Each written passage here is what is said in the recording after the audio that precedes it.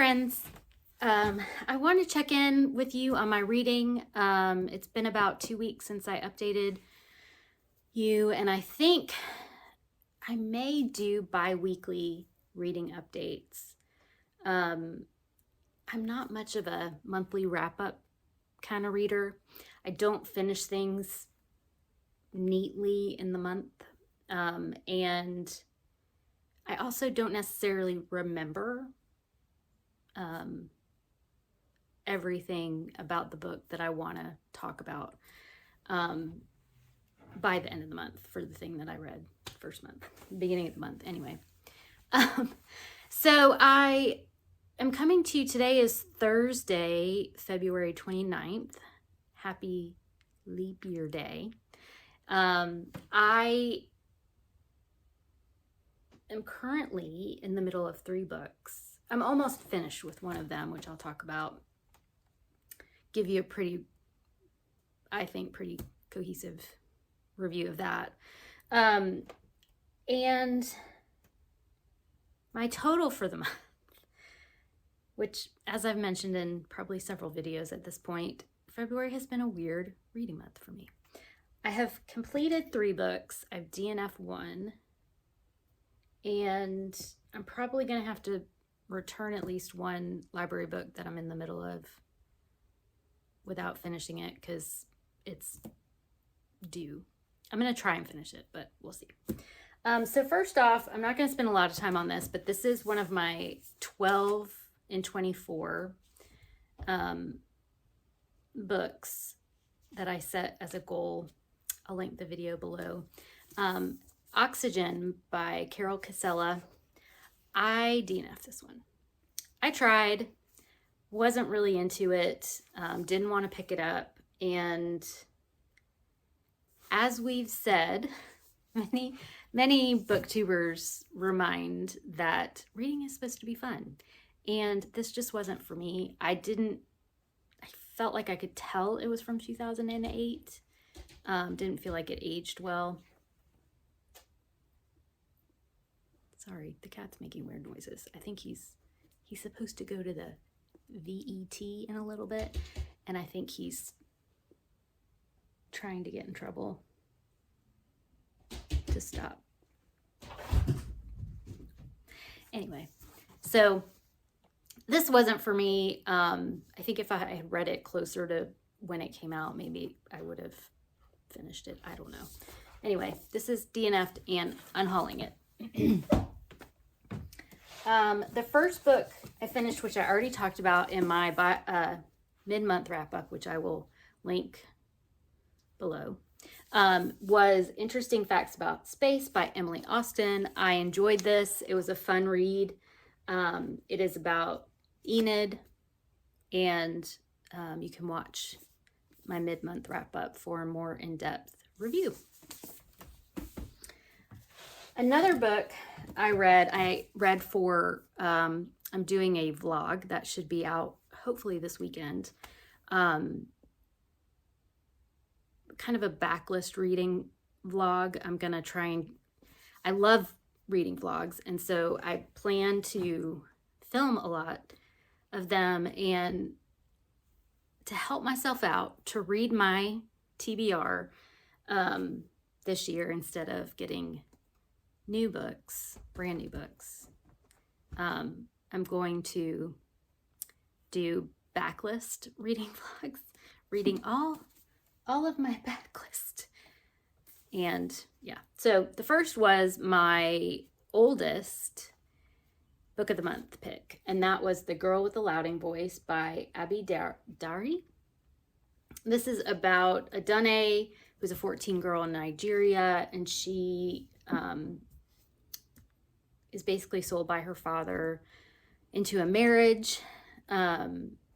She is the 3rd wife of the husband, and something happens and she has to escape the situation.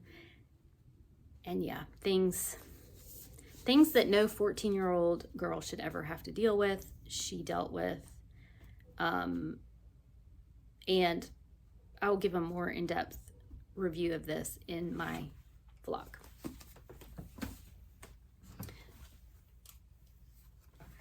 swear the cat was just laying around before I started filming. Now that I'm filming, he is playing with everything. The next book I read was The Golden Spoon. This was for a virtual reading retreat that I did with the Booktube Besties. I will link their channels below. It's Krista from Books and Jams, Amanda from On the Middle Shelf, Lindsay from Lindsay's Little Library, and Sarah from Sarah's Nightstand. They had a group read for the virtual retreat, and it was The Golden Spoon by Jessa Maxwell. Borrowed this from the library. I was hesitant about this book, honestly. I've heard about it. I've seen it. It made the rounds on Booktube. Sorry, the heat just kicked on. It got cold again in Atlanta, and I'm not turning my heat off. I saw The Golden Spoon and heard about it, I feel like last year when it came out. And I thought, that doesn't sound like something I'd be interested in. I don't watch reality TV. I don't watch the British Bake Off, which this was sort of compared to. So I didn't really get on my radar.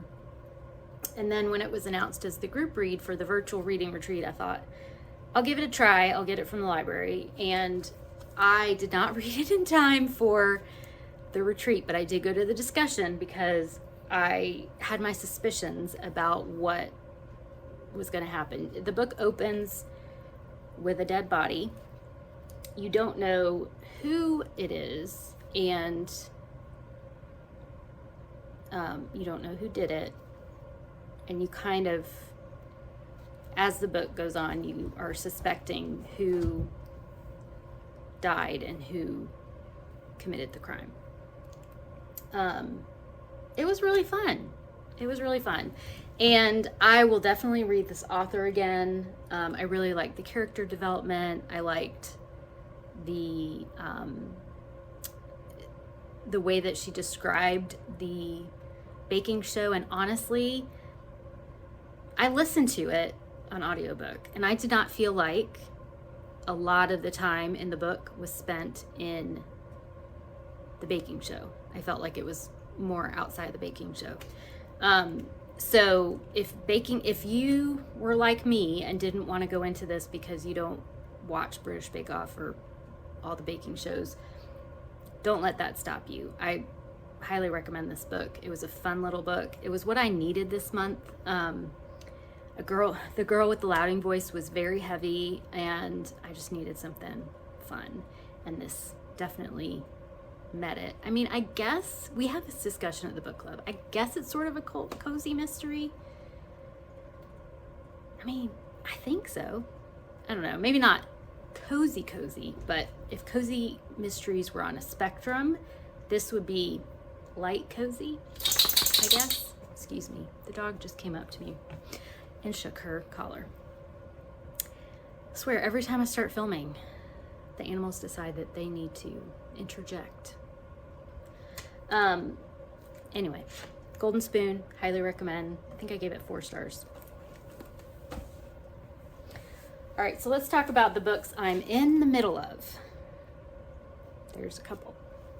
So the one I'm almost done with is Poor Little Sick Girls by Ione Gamble.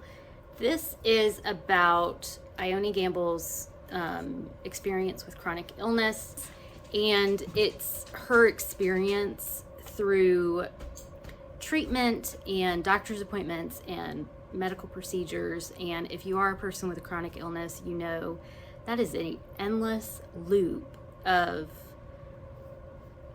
medical gaslighting and being dismissed and treatments that don't do anything or cause more side effects than they help.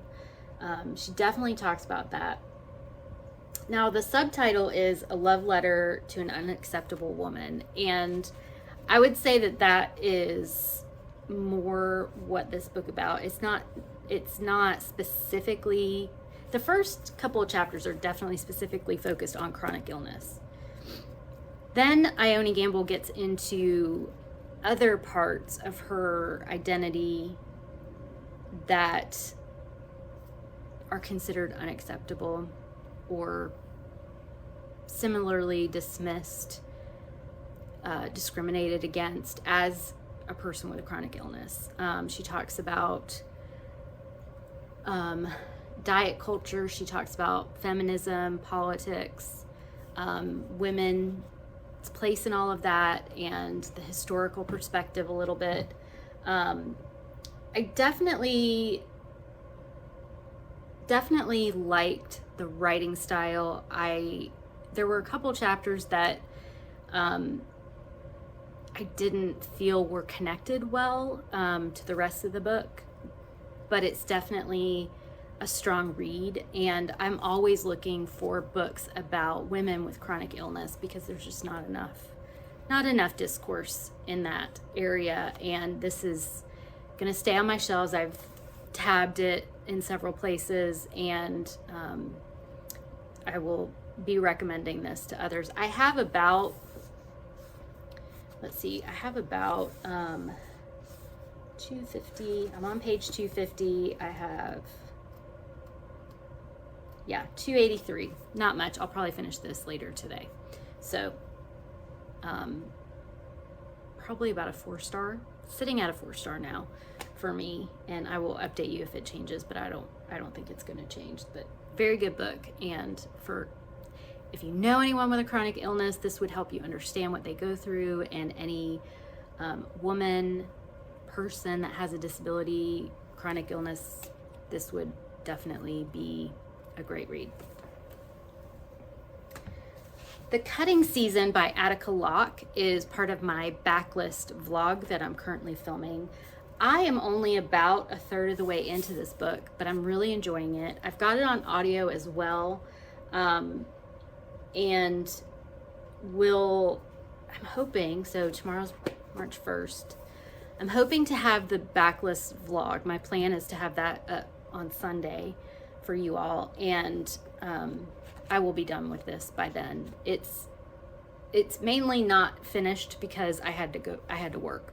I would have read straight through because it is a very good read. I have enjoyed Attica Locke's writing before, and I will share more about this in the vlog.